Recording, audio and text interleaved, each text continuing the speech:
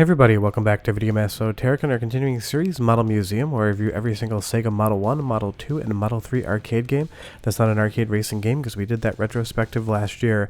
And today we have Sky Target, released in 1995, running on the Model 2A board, and this is one of my favorite Model 2 games of all time. It does exist on the Sega Saturn, but compared to the Model 2 original, that is a very inferior port, and I'm going to say if you want to play the game, you got to play the Model 2 version. Before we get too far involved though, do me a huge favor, go down below, hit like and subscribe, and ring that notification bell, definitely helps us out. And if you feel so inclined and want to support the channel, we got a Patreon link down below as well. But Sky Target is basically Afterburner except in full 3D, and it is as good if not better than that franchise in my opinion. This is just action-packed from start to finish, and it's some of the best stuff Sega's ever developed on the Model 2 in my opinion. Right off the top, it's such a simple game to play. You have a machine gun and you have a lock-on for your missiles. Hold the reticle over one of your targets, it'll auto-lock, press the missile button, and you're firing away. But you get so much control up and down, left and right, and you do need to control it like it is a flight stick. Now, I have a flight stick for my PC, and it's very easy for me to pivot the controls over, but with an analog stick on like an Xbox One controller, you can do the same thing as well. And obviously, the arcade cabinet had a very cockpit feel to it. But this game is just so much fun. I love the vibes, I love the themes. It's like if Desert Storm happened except in the future, because there is no plane that looks like this as far as I've ever seen before, but it is absolutely amazing. The boss fights in this game are sights to behold. It's the same spectacle as a bullet hell shmup, except this is an air combat game, and it is amazing for it. There's only so many spots on the boss you can shoot, and it's the engines. Once you knock all of those engines off, you've reduced the life down and it's going to crash. But each boss encounter is strategic. You can't just unload on the body of the plane.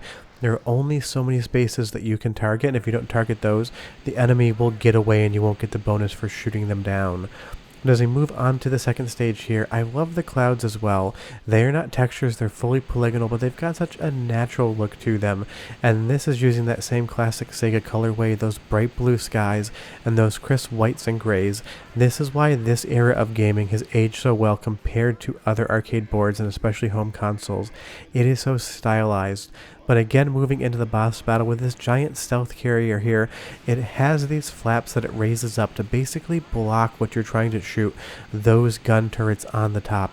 There's a lot of strategy in playing this game. If you don't hit the right spots at the right time, you're not going to do enough damage to destroy the boss, and they get away. But if you know the patterns, if you look for those openings and you exploit them, they are going to go down in a fiery ball that is such a spectacle. Everything breaks up and explodes in only the way that Model 2 looks. Moving on to Mission 3 is definitely my favorite in the game though. Going through this downtown area with all these skyscrapers around to the left and right kind of gives me some Night Striker from Taito vibes except in full 3D. But when you play this game, when you've got a flight stick in your hand and you're maneuvering around, trying to avoid all of the incoming missiles, and you're playing well, there is not a better sensation in my opinion as far as air combat games go in this era of arcade gaming. But leave me a comment down below and tell me if you're into the air combat games, and if so, which your favorite one is, because I would be curious to hear what other people say. You will see I take my first death there, and I will say that this game is very difficult in later levels. You're going to get better the more you play it, and if you learn the patterns and understand how to navigate around, this is definitely a 1CCable game for sure. And it's such a pretty game to look at as well. You're going to enjoy the entire time. But here's an example of a boss that's quite difficult to kill within the time frame. We have 60 seconds, but they're shooting out all of these barrels that you have to make sure don't hit you. None of those barrels, when you hit them, are going to go against the boss's life bar. Only those targetable areas, and that door didn't open up quick enough for me to blow it up, so they escape and I don't get any of the bonus off this level, which is definitely a disappointment, but it does happen in the game. But of course, this is a Sega game, and it's a military themed game, so it's going to have that booming bass soundtrack that we know and love, and I absolutely do love it. So go ahead and listen for 45 seconds, I'll come back and tell you all about the game.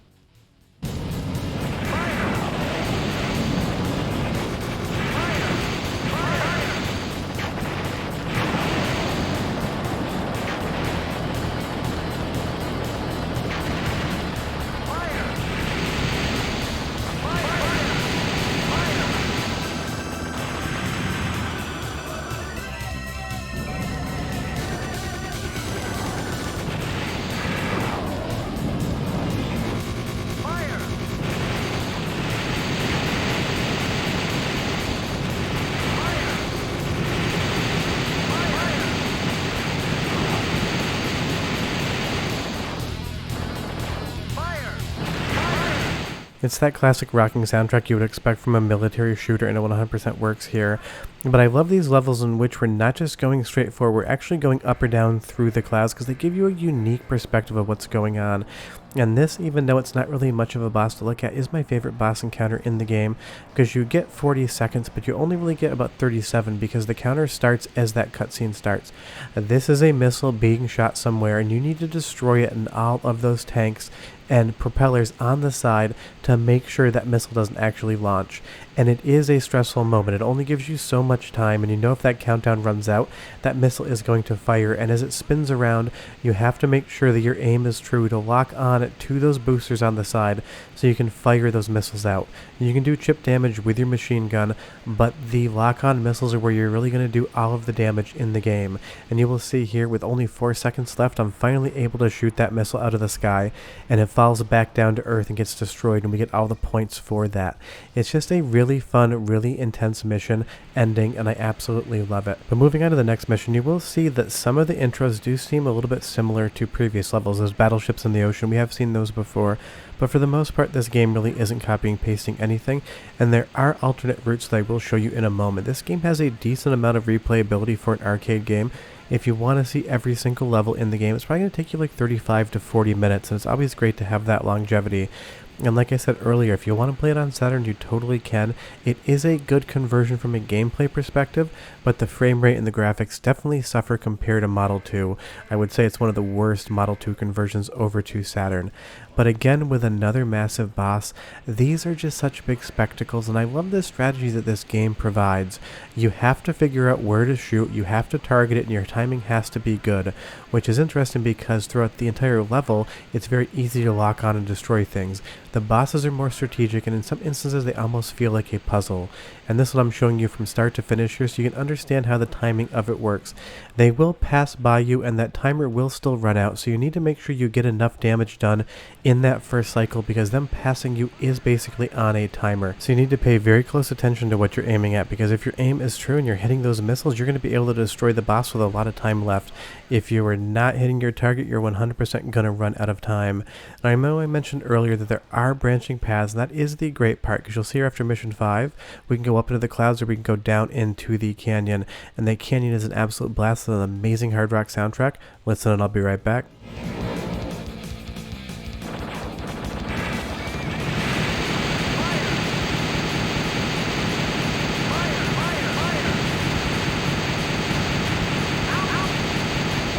Continue operation.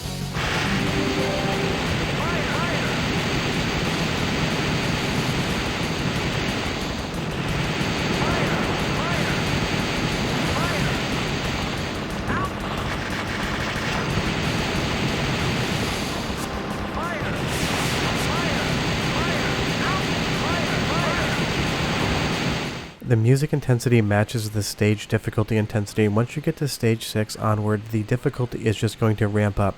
It is not impossible, it's not cheap, but you're just going to have to dodge so many more projectiles. But this boss in particular is hilarious. It's a giant land tank that also looks like a battleship, that also looks like an aircraft carrier. It must have been so much fun for the developers and designers to just create this stuff out of their imagination, because as much as I wish something like this existed, there's obviously no land aircraft carrier tank in any military around the world unless they've been hiding it from us. It's just such a fun design, and that's the great thing about this game. It's both realistic in the fighter jet against fighter jet and boat and battle battalion sort of respects, but having a giant land cruising tank, not so much what you get. And once you get to the final area, you get this amazing lightning effect with that 2D look in the background. You can definitely see that it's not as good as what a modern system would do, but it still does hold up. And the last stage is just where they throw absolutely everything at you. There's going to be so many things coming from the ground. You're going to be flying through this trench. Almost feels like the Death Star run from Star Wars Arcade on the Model 1 original that we've already talked about. it is just from start to finish intense. And I'm sure a lot of the inspiration from a level like this did come from Star Wars Arcade, because it was obviously made by Sega as well. But there's so much machine gun fire, so many missiles coming at you from every single direction. You need to basically play perfect from this point on if you don't want to continue, and you're going to see I had to continue there. And you'll also see briefly on that map how many different branching paths there truly are. I'm only showing you a portion of this game. I'm showing it to you from start to finish, but there's so many different ways to actually finish the game and levels and courses to go through. This is great replayability, and it feels like this was always planned to be a home console release. And you will see here the final boss is a flying aircraft carrier, another thing that does not exist whatsoever, but I would love to see exist in the real world, even if there's no purpose for it whatsoever. It's such an imaginative look. You have that gigantic moon in the background, you're flying through these clouds, and when you finally destroy that mobile aircraft carrier in the sky, one last fighter jet takes off, and that is going to be the final boss of the game. It is a dogfight between you and them, and it's such a great way to end this experience. There's a satellite that is shooting down from the sky, trying to destroy you. And this is just basically science fiction meets a military air combat game. And the combination of these two things works so well together. When you're playing this game, when you're playing it well, it is so much fun, and that is why it's one of my favorite Model 2 games. It's right up there with something like Daytona USA or Sega Rally, even though it has nothing to do with the racing genre. I would put this in the same echelon as the House of the Dead. Obviously, you're not going to be seeing it on this series because I did that back in last fall, but it's one of those games that I just absolutely love, and every time I see an arcade cabinet, which is rare, I have to check it out. And you will see the branching path here again. We showed you the city level where we're going through skyscrapers at the beginning, but you could have gone to the jungle as well. And that's why this game feels so special. Not only is it very pretty to look at, not only is the gameplay incredible, but it's one of the longest experiences on the Model 2. And I kind of wish they had brought this over to the Dreamcast, because the Sega Saturn version just does not do it enough justice. And this is one of those games I don't really ever hear it mentioned compared to all of the other popular Sega games on the Model 2. Virtua Fighter 2, Daytona USA, Sega Rally, or people are going to be talking about those all the time. Sky Target you're not going to hear brought up in as many conversations, and that totally bums me out because it deserves a spot at the table with those games. Because what other games are going to give you a battle with a dirigible? It's basically the Hindenburg against a fighter jet, and I'm 100% there for it. This is one of my favorite Model 2 games of all time, but leave me a comment down below and tell me if you've played it and how you would rank it, because I would be curious. But the Hindenburg is exploded, his day is done, and so is this video. I will see you guys next time. Bye-bye.